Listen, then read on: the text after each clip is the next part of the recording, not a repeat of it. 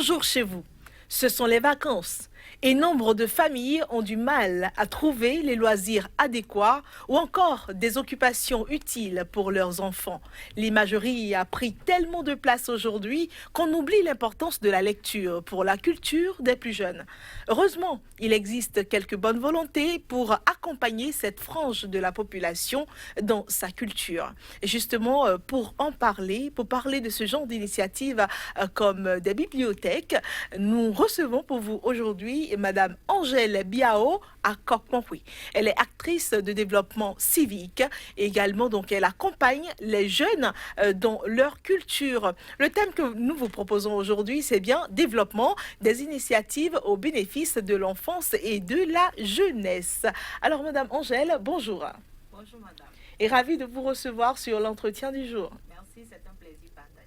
Alors justement, nous sommes là pour parler de l'épanouissement des jeunes, nous sommes là pour parler de l'éducation des jeunes, des enfants en général. Pourquoi d'où tenez-vous cette fibre-là de contribuer à l'éducation de la jeunesse? Merci beaucoup madame Sacramento. Cette fibre, je me rends compte qu'elle a commencé il y a longtemps, surtout depuis mon collège. Mais elle s'est concrétisée, je vais dire, depuis 2 ans, où la bibliothèque Olaïta a été mise en place à Zobadje. Et quand nous avons mis en place la bibliothèque, c'est pour combler un vide que nous avons constaté, l'absence d'une bibliothèque communautaire qui existe au sein de Zobadje et ses environs. Et pour combler ce vide, c'est offrir un cadre où les apprenants, les jeunes, les étudiants qui vivent dans la zone peuvent se ressourcer à travers les documents que nous leur offrons et aussi pour développer le goût de l'apprentissage de la lecture dans les jeunes élèves et écoliers.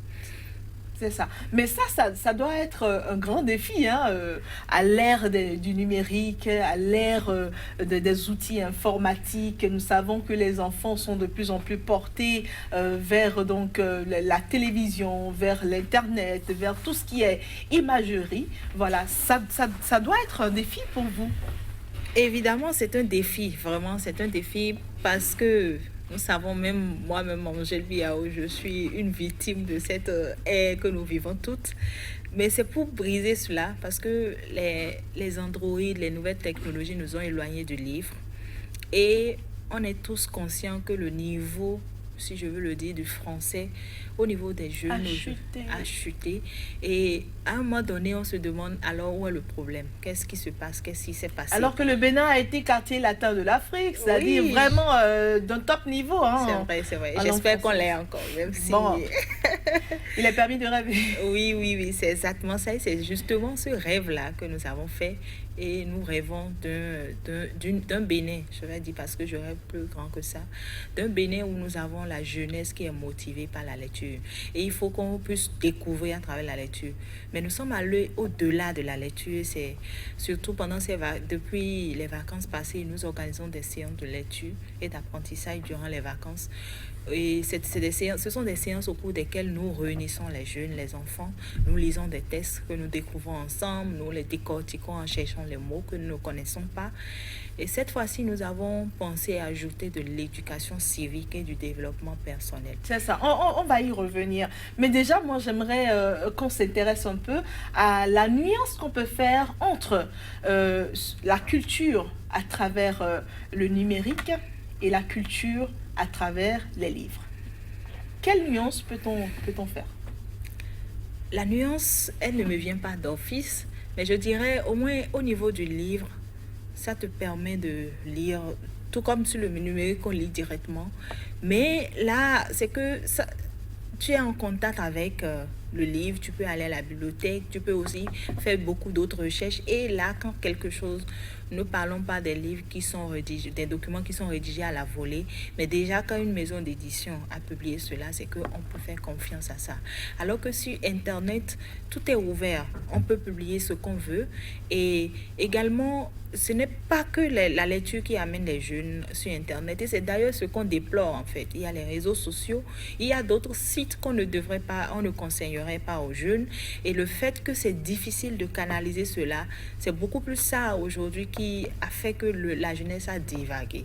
Sinon, on peut aussi découvrir, d'ailleurs il y a les bibliothèques numériques. C'est vrai que nous n'avons pas encore choisi cette option-là. Il y a des bibliothèques numériques où on peut diriger, guider le chercheur, c'est-à-dire la personne à la quête de la documentation vers ce qu'il faut. Mais avec les jeunes enfants, c'est pas facile de canaliser cela parce qu'il y a beaucoup d'autres choses qui peuvent les distraire. Et avec le livre, on sait quand ils sont à la bibliothèque et qu'il y a un gérant là. Ce gérant-là peut les guider selon leur niveau, selon leur âge. Il y a ce suivi-là.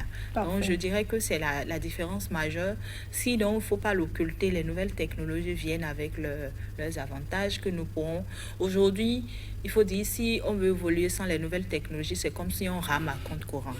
C'est vrai qu'ils ont vraiment leurs défis qu'il ne faut pas ignorer, qu'il faut vraiment régler au fur et à mesure qu'on évolue.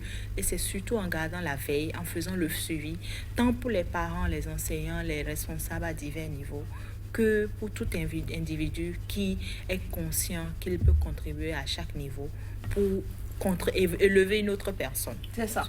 Et justement, sans occulter les problèmes de vue qu'on peut avoir, c'est-à-dire avec Exactement. Un enfant qui en bas âge a les yeux tout le temps rivés sur les écrans, comparé à un enfant qui s'habitue aux livres, par exemple. C'est vraiment ça. Et surtout, même exposer les jeunes enfants aux outils de nouvelles technologies. Nous avons tous entendu parler des reportages que nous avons reçus, par exemple, sur WhatsApp, qui démontrent un peu de l'effet que cela a sur même le développement physiologique et aussi sur le développement du cerveau, le QI de l'enfant, du jeune, quand celui-ci est exposé trop tôt à ces appareils électroniques là. Donc il y a ce risque là aussi qu'on n'arrive pas à canaliser aujourd'hui, alors qu'avec le livre il n'y a pas ce risque. Peut-être le seul risque serait la poussière. Et la bibliothèque, c'est aussi un moment de retrouvailles entre les enfants du même âge, entre les jeunes du même âge, où on peut former des clubs et puis les enfants, ça permet aussi ce développement-là de ce côté-là. Bien sûr, vraiment ça permet aux enfants, c'est un brassage que nous avons créé, surtout avec ces séances que nous organisons ces derniers temps. Le brassage où des enfants qui se connaissent ou ne se connaissent pas se réunissent aussi pour évaluer leurs connaissances ensemble, où il y a de la compétition, de l'amusement, tel mot, telle personne ne connaît pas, moi je connais, ou bien telle personne est pressée d'aller chercher rapidement dans le dictionnaire pour montrer qu'il est le premier à savoir se chercher. Et aussi, on arrive à comprendre un peu ces lacunes et en prenant conscience, tu sais que par rapport à telle situation et tel domaine, je vois que j'ai des efforts à faire et pour ça, je dois doubler d'efforts. Pour ça, je dois faire attention. Pour ça, je dois mieux faire. Et ça permet d'apprendre. Parce que nous le veuillons ou non, les hommes sont appelés à vivre ensemble. Et Absolument. Le fait de réunir ces enfants leur permet aussi d'apprendre à socialiser. Ce n'est pas facile, je vous le dis, parce que on reçoit, les jeunes que nous recevons, vous savez, la pagaille dans les écoles, dans les classes, tout ça. Ça les suit jusqu'à la bibliothèque parfois. Ça les suit, il faut gérer ça. Il faut avertir, surtout que nous ajoutons des séances de développement personnel, mais d'éducation civique. Justement, on avait commencé à en parler parce que l'éducation civique a pendant longtemps déserté le forum.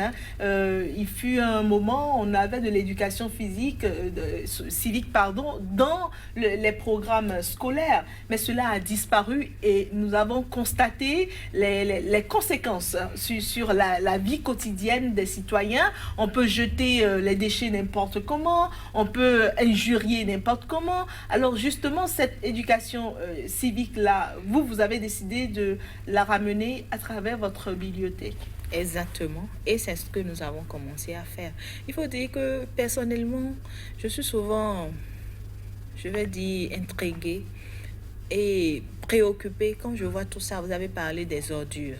Quand je vois les gens dans une voiture en train d'aller jeter les ordures, ça me fait mal, comme si je pouvais courir et rattraper cette personne-là. Il m'arrive même de m'arrêter au niveau de la personne et de dire, regarde-moi ça, c'est pas normal.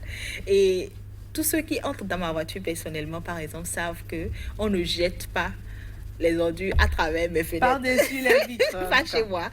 Donc ça, je veux vraiment, et c'est cette envie-là qui m'a poussée à intégrer l'éducation civique dans ces séances, parce que Au fil des discussions, des échanges que nous avons aux différents forums, on s'est rendu compte qu'il faut commencer par la base. Il faut commencer par les enfants. Et chacun de nous étant des acteurs de changement, quel que soit notre âge, parce que nous vivons dans une communauté et que nous le veuillons ou non, l'action des autres a un impact sur notre vie. Absolument. Donc, il faut commencer à changer ces enfants-là pour qu'ils aient de bonnes actions qui créent de bons impacts pour ceux qui viendront après. Qui grandissent avec ces bonnes pratiques. Ces bonnes pratiques. Voilà. Et justement, nous voyons les conséquences aujourd'hui. Vous voyez des adultes qui urinent au bord des grandes voies. Ça fait partie des choses qui choquent les touristes qui arrivent déjà. Et justement, heureusement qu'on a la répression qui a commencé. Et justement, donc vous vous intéressez aussi au volontariat, habituer les enfants au volontariat, développement personnel. Parlez-nous encore. Le développement personnel, par exemple, nous avons commencé à parler aux enfants de reprogrammer leur cerveau.